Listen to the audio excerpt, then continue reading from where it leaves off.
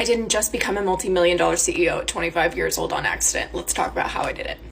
I am often asked how I was able to go from freshly divorced, living on my own in a tiny little studio apartment, barely being able to afford my rent, eating one meal a day so that I could literally feed my dog, to now 3 years later being able to be the CEO of a multi-million dollar company, because that happened in a very short period of time.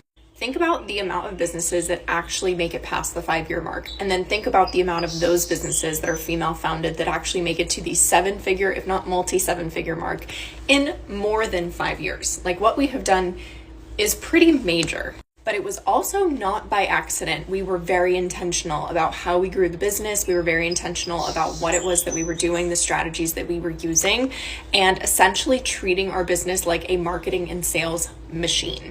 What most business owners don't understand is that in order to globally expand, first and foremost, you always have to prioritize your marketing and your sales.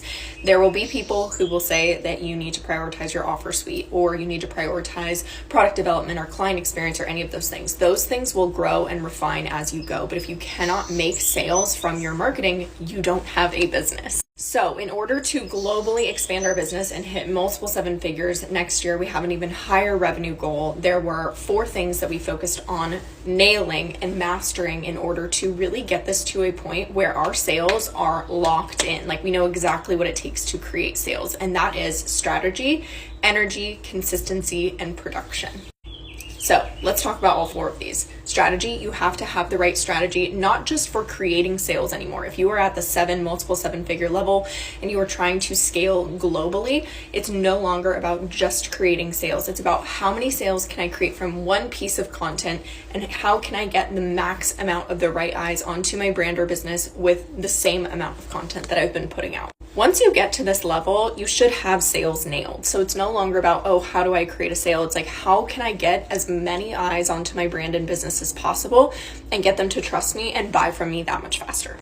Energy. You have to show up as if you have already globally expanded. Every morning I have a massive routine that I do to show up as our multiple 7-figure, 8-figure, 9-figure CEO. Then you have to stay consistent. Anyone who's gotten to this point in business understands that it does not just happen overnight.